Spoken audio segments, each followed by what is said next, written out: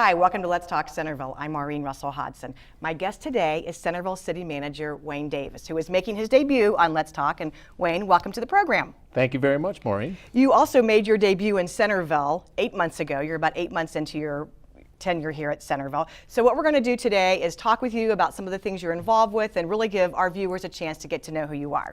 Looking forward to the opportunity. Yeah, for so that. I know you've been around the Dayton region for several years, but you're new to the Centerville community. So let's give our residents an idea of your background. Where are you from originally? Well, I'm originally from North Adams, Massachusetts, which is located at the corner of the state of Massachusetts on the northwestern edge, right next to the state of Vermont, as well as New York State. And then you did a little bit of traveling before you ended up in the Dayton, Ohio area. So upon graduation from the University of Vermont with a bachelor's degree in economics, I went to work down at the Pentagon for the United States Air Force as a civil servant, and then ended up transferring from the Pentagon up to Wright-Patterson Air Force Base, and that began my connection and my long-term stay in the state of Ohio. And before you started with Centerville, you were with the city of Montgomery. City of Montgomery for 17 years, so about a third of my adult life. I did that calculation. I served as the finance director for about 6 years, assistant city manager for about 6 years, and city manager for about 6 years. So I know that adds up to 18 years, but it was essentially that time frame. Prior to that, I worked for the Combined Health District of Montgomery County, now known as Public Health Montgomery County. I served as the budget director.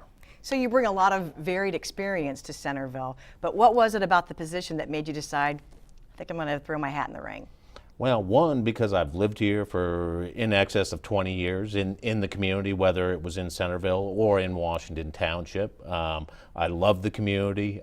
Even when I was working in the city of Montgomery, I commuted every day.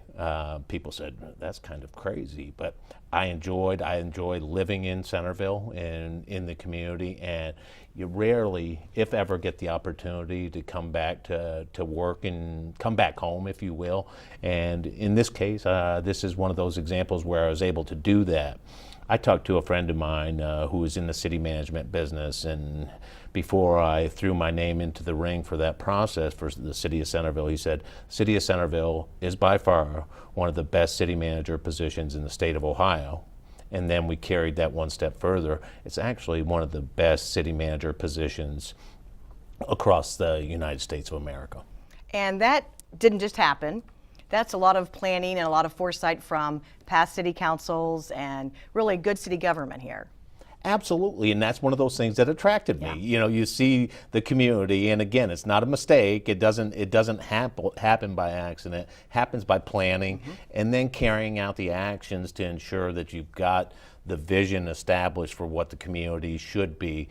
Again, City Council is put in place as the proxy for the businesses, for the residents, actually for the visitors to the community. City Council has to ensure that that vision is carried out, working in the council manager form of government. Well, and let's explain that to folks. So you talked about council manager form of government. You work with City Council, you work with the staff. Tell us how you work with City Council.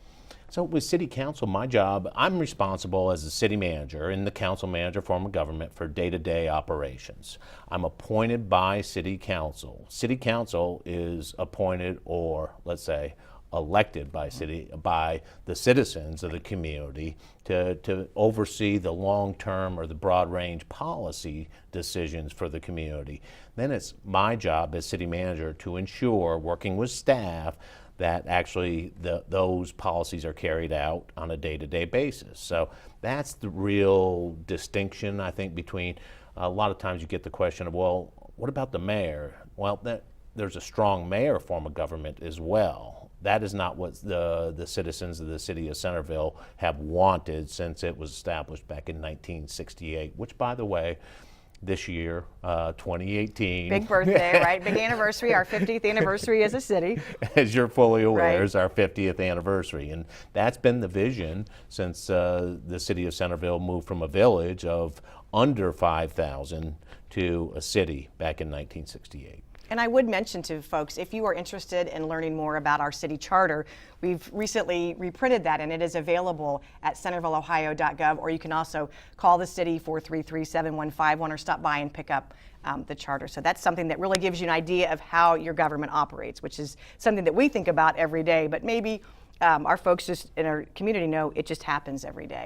The Make it city's seem seamless. The city's charter is actually our constitution, Right. as you're fully aware. But a lot of people, again, I think, get a little bit confused as to what this guiding document is for us. But that's our constitution here locally.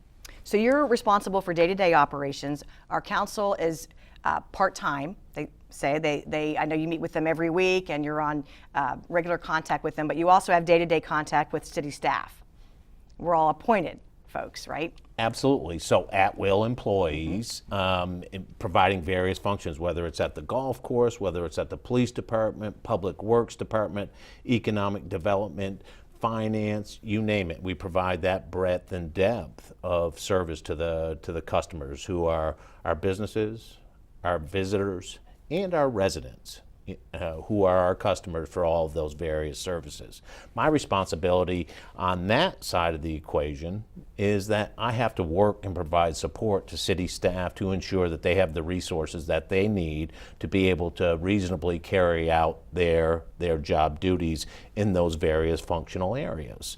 A typical day for me, there is no such thing. Really, I was going to ask you that, yeah. As a typical day, but meeting with staff, talking to staff about expectations, talking to staff about what their needs are, what are those resources that they need, or trying to facilitate and educate a customer service transaction with our various customers across the board. So working with partners, working with vendors, working with other political jurisdictions to ensure that we're carrying out what the vision is, the broad policy of City Council. So even though you have a plan for the day, many things could go awry, but always that plan and that vision is always in place so that we can continue to move forward. Always. Right. Yeah. One of the biggest challenges that you find in organizations is that frequently you'll hear from staff is we don't know what the plan is. So one of the things I try to work on over the course of my career is to ensure that we have plans laid out, and not just for the organization, but for departments and then for individuals, so they know what the clear-cut expectations are and what the expectations are of them going forward and carrying out their functional duties. Okay, and as a city staff member, I can attest that that's what you started to do really from day one, just about. You came in, you had an idea for a plan, you really wanted to work with council on mission, vision, and values. You also wanted to work on a strategic plan, and that's something that you focused a lot of your time on these past 8 months. I focused a lot of my time, and thanks for recalling that, Yeah. but I focused a lot of my time, but so did staff. So it was a little bit different way of thinking, different way of approaching how we do the public's work. And mission, vision, and values is essential for any organization, because again, without a mission, you really struggle to find out what is my overall or overarching purpose here. And that's one of the challenges that a lot of organizations face. So the mission that we've created for City Council's consideration with City Council's participation is Centerville delivers exceptional city services through thoughtful governance to ensure progress and stability. So it's a little bit wordy, but all of those words mean something very, very special to how Right. we operate and conduct our business. So that's the mission piece. The vision piece is what do we want to look like as a community 5 years, 10 years down the line? Again, that's City Council's vision for us with staff input and certainly input from citizens and businesses in the community. And then the values. How do we operate? How do we treat each other? How do we treat customers in the process? And that's talking about the values that we possess as individuals, but then tying those to what the values of the organization are like. So we have that piece in place that we're just about wrapping up, and then you've also been working on a strategic plan, which is very visionary, really encompasses a lot of our staff and our council being involved as well. Explain how this whole idea came about and where we are now with that. So thank you for bringing that up. So the idea behind a vision or a strategic plan is really not new. It's something that a lot of organizations do. The new part for me in an organization is actually carrying that forward and actually following to and adhering to that strategic plan. Just going back a little bit to kind of tee it up, we worked with City Council going back to, we had 2 strategic planning retreats, as you'll recall. We had one in October. We also had one in March. And we talked about the broader concepts of what goals should look like for the city. And then underneath those goals, we had strategies. And then underneath those strategies, we have implementation steps. Implementation steps are the foundation of the specific work we will do over the next 5 years to carry these forward. In working with City Council, our staff has done yeoman's work to put this together and spent a lot of time laying out a schedule over the next 5 years that will carry us from 2018 to 2023, but laying out the functional responsibilities and the visionary goals that are laid out. So we have 6 different goal areas, and underneath each of those goal areas, again, are strategies and implementation steps. So we have planning. I was going to say, let's go ahead and talk about them, and maybe you can review them and then tell us a little bit about each goal. Sure. So under planning, some of the key strategies that we're looking at the assessment of the comprehensive plan. We are also looking at strategic land acquisition and investment, as well as infill development. And then finally, looking at a GIS system or a global information system that the city has, but taking that GIS system to another level to be able to share that with our citizens as well as with our customers on the business or development side of things. Under economic development, some of the strategies are, one, to really enhance and grow strong relationships out in the community, out in the region, whether with developers, whether with businesses or other political jurisdictions, to ensure that we're in prime position to be able to bring economic development to Centerville, but also to the region as a whole. Also talking about business retention and expansion. So developing those relationships with businesses out there as well, and then focusing on underutilized or vacant properties. Many communities have these. Centerville certainly has some underutilized properties or even some vacant properties. So those are a couple of the things that we need to work on relative to that. Under core services, really going to work to define the definition of customer service, and then make sure that we align it with our mission, vision, and values as we've laid those out. Focus on the professional development of staff, as well as working to implement the utilization of metrics and dashboards so that we can assess and share with the community and with our customers how well we're doing, or some of the areas where we can stand to implement some improvement. And then finally, work on a table of organization. So look at our table of organization to make sure it's the best structure for us going forward to deliver value to our citizens and our customers. And then finally, asking the question of ourselves, are we doing the right what? It sounds a little bit strange when you ask the question that way, but that's one of those things that we always have to ask ourselves. Are we doing the right what? So three more goal areas, one being finance. We are going to focus on looking at 5-year financial planning, which we have not done long-term over the city's history, and I think it's an opportunity for us to tie up our financial plan from a 5-year standpoint to an operational plan, which this strategic plan will present to us.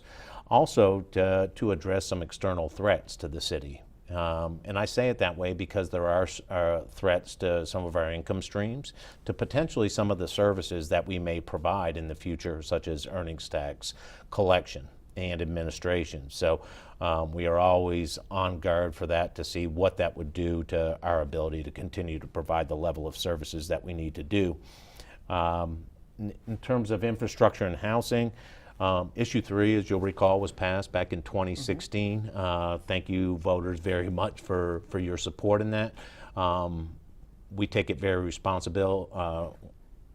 we have a strong responsibility to ensure that we're functioning as stewards of the public's dollars, and City Council takes it very seriously, as does city staff, as you're aware, to ensure that we're actually using those dollars as we said we would. Those funds coming in, we are reinvesting in infrastructure throughout the community. And people can see that even as we speak all over town, right? They see that, and I think we hear back from them, and there's really a strong communication of thanks for a job well done relative to that. Other strategies under infrastructure and housing, neighborhood infrastructure, and again, that we talked about that, but then hopefully that will spur reinvestment in some of these neighborhoods. And then finally, technology. We're trying to upgrade some of the city's IT systems or information technology systems, including an enterprise resource planning system, which was sorely needed in finance, but will also give better services to our customers, and also an upgrade of the city's website, as you know, because you've been part and parcel of that. So I think, again, a better portal for us to be able to communicate what we're doing and the message we need to send out to our very important citizens and businesses in the community. So 6 goals. They are very inclusive goals, and it's a goal that will go, as you said, for 5 years. So it's not just something that we hope these things are going to happen. You talked about implementation steps. So where does this go from here? Council is going to look at it a final time, right? Council's they've been involved since I came aboard in August, and again we had those 2 retreats. So we're going to present a draft document to City Council on May 7th. And then ideally, City Council will adopt this on May 21st, including the schedule going forward. So I said one of the things that we do differently is that we will actually follow this plan through to its final steps in 2023. So we will begin tying the larger strategic plan into department goals and plans, and then to individual goals. So you'll be able to have a connection from an employee standpoint that will tie directly to the city's strategic plan. And that's one of the tools, or one of the concepts that really make this a workable document. And we'll also make that available for our residents and our visitors. We'll have that available on our website as well. We will absolutely do that. So again, there's no mystery into what we're going to be doing for the next 5 years. Now, will there be some things that are not covered in this? Absolutely. I think the world will change in the next 5 years, but really this plan gives us that opportunity to lay out what we plan to do for the next 5 years. It's really going to be a helpful guide for everyone. So not just those who work at the city, but also all of our residents, as you said, our visitors, our businesses. So they really see what we're working on, where we plan to be in 2023 and probably beyond. I think it takes away some of the smoke and mirrors. People don't know what a council manager form of government is, so we try to educate people on that. It's just a weird way of talking sometimes in local governance that we have. And they also wonder, well, what's a city manager do? Well, a city manager makes sure that we do these things over time, working with staff and with city council to make that happen. That's kind of the whole thought behind the concept. And as we said, we will have it available on our website, and I know you're always available to answer any questions as well about the strategic plan, and you will hear a lot about this, not just over the next year, but really over the next 5 years, because it will be our primary guide. Absolutely. Yeah.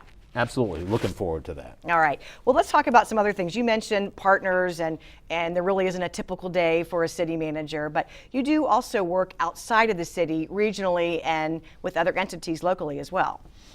Any number of them. So one of the ones that I'm currently wrapping up right now is my role as the president of the Ohio City County Management Association. I've been fortunate to be able to be on that board for 3 years, and then to serve as vice president, now president. Next year I'll be immediate past president. So working with some of my peers here locally, but across the state. So it's a fantastic opportunity to try to work together with some of those resources who are out there. I'm also a member of the International City County Management Association. I've been a member of that for over a decade now. So there's opportunities to do professional development through there, but also to create this vast network of other city manager peers across the country. So I have peers and friends in Minnesota, in California, in Texas, in Virginia, Florida. So I have the opportunity to tap into this network at any point in time to either vent or sometimes talk about some of the innovative practices that other communities are doing across the country, and certainly to share what we're doing here in Centerville with some of those groups.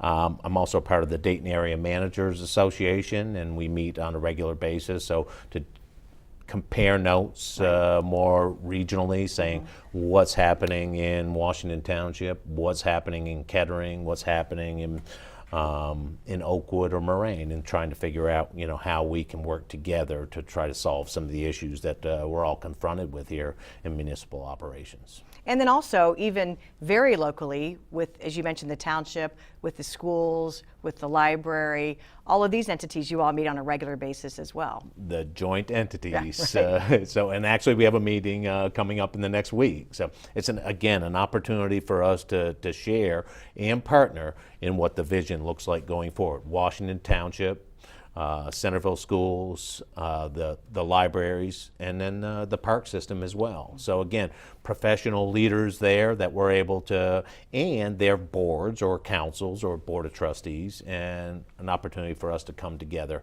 talk about things that we're working on, things that we need to be working on together as a group. So you have a pretty full plate every day. And as we said, there's lots of things going on, but any surprises when you first started, or that you continue to find out as you go along the way? I think any surprises, how many people I did not know in the community. I know them by face, but I did not know them by name. I'd see them at church, I'd see them at the stores, I'd see people that I haven't seen for 20 years, so that I've just lost contact with from not a facial perspective, but from just a name perspective. So it's a great opportunity to reconnect. And again, a lot of people don't ever have the opportunity to come home. I had the opportunity to come home, and I take it very seriously. So I think that's really probably the largest surprise that I had, and just getting out there. And so Centerville's a relatively small community, but 24,000 is actually a fairly large community. So you got to, take and very connected community, don't you find that? Yeah. Very connected. And again, I think that goes back to that joint entities concept that we were talking about. And so as you go through each day, and you're working on, obviously, in addition to these strategic goals, you have other duties that you're responsible for. Anything that really stands out for you right now as something that you really want to accomplish? Well, I think we've got a lot of stuff that has happened in just 8 months. Yeah. And I just look at, just on the economic development front, you have the apartments going in up at Alex Bell and Allure and the Lofts. You have Miami Valley Hospital continuing to grow and expand as they build their campus. We have Sinclair Community College, which came in, recently purchased 5800 Clio Road, the former Far Hills Baptist Church. So Bethany Lutheran is expanding, a $42 million expansion taking place in our community here. Just any number of different projects that are underway, and it's very good to be Centerville at this point in time. And one of the things I like to talk about, in my mind, it helps me recall, I call it the 3 C's of Centerville. Oh, I haven't heard this yet. There you go. There's probably a reason for that. Now, Cornerstone, Crosspoint, and Centerville Place. Okay. And I think there are very good things are actually taking place in those 3 different project areas, the 3 C's. So again, economic development being generated and regenerated in each of those 3 areas. And the other place I will mention is the Architectural Preservation District. So City Council is very supportive of trying to, do what we can as a city to ensure that the APD, as we like to call it, has an opportunity to be successful. And the APD is pretty successful, but we're going to continue to work and keep our eye focused on that as we shape the vision for what the community looks like. I think people are familiar with Cornerstone at Feedwire and Wilmington Pike, and it continues to grow and add new retail and services. When you talk about Centerville Place, people I think still call that maybe where the old Kroger used to be. The old Kroger. There was a plan for that, and there's a lot of exciting things happening there.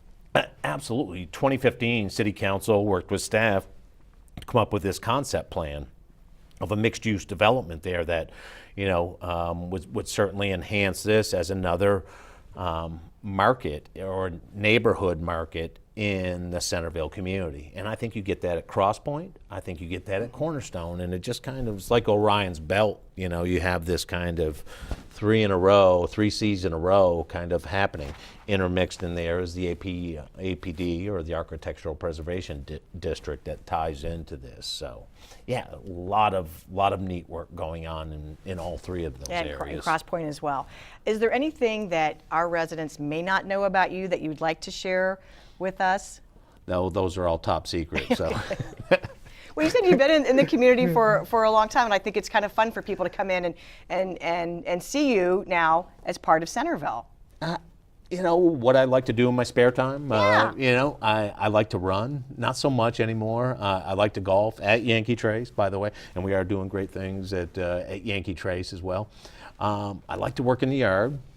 I like to spend, probably my number one pastime is spending time with our grandkids, our 3 grandkids, and I think they would actually confirm that as well. So we have a lot of fun together. Certainly spending time with my wife, Kate, and sporting events. We like to go to different sporting events and cultural events, and then practicing my faith. We're members of Incarnation, and obviously we like to be able to practice our faith in the community. So that's...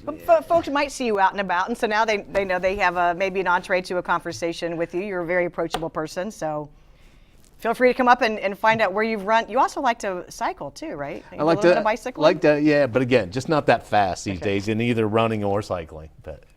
And I wanted to ask you mentioned a little bit about Yankee Trace undergoing a makeover, some cool things happening out there. Tell us what's going on out at Yankee. I'd like to take complete credit for Yankee Trace, but that would not be accurate. I think it was Yankee Trace was the vision 25, maybe even 30 years ago of City Council and then City Manager Greg Horn laying out this vision. And you will see as you enter into Yankee Trace, Greg Horn Way.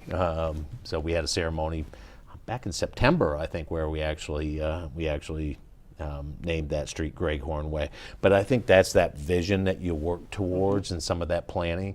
Yankee Trace in 2018, and I know you're aware of that, will actually pay off its final year of debt service. Several years ahead of schedule, even. Several years ahead of schedule, so it's just been a phenomenal thing. I think a tribute to, again, the plans that went into that, to the developers who contributed to that. Great Traditions was a big piece of that. Certainly the residents there, and certainly to our staff for being able to make this Yankee Trace, I believe, one of the number one, if not the number one, golf course options in Southwest Ohio and across the state of Ohio. And so folks will see some upgrades out there this summer and spring as you go by. So it's 23 years old. It was time for a little bit of a facelift. So some exciting things happening there as well. A couple of quick things. Replacing the flooring there. So you'll see new carpeting throughout. You'll see upgrades to the Academy Lounge. You'll see actually plans that we have in place for putting a simulator in downstairs at Yankee. Pretty exciting. It's pretty exciting. Steve Marino, our golf pro, just is beyond excited. But I think that's pretty much the way he normally operates, much like you. Yeah. So. So we invite you to come out and visit Yankee Trace. Of course, that's at 10,000 Yankee Street. Wayne, thanks so much for sharing some of your time with us today. If you have questions, I know you are very open for people to call. You can call the City of Centerville at 433-7151, or you can visit our website, centervilleohio.gov. Or as always, come on over to the City Building, 100 West Spring Valley Road. That's going to do it for this program. Thanks for watching, and we'll see you next time.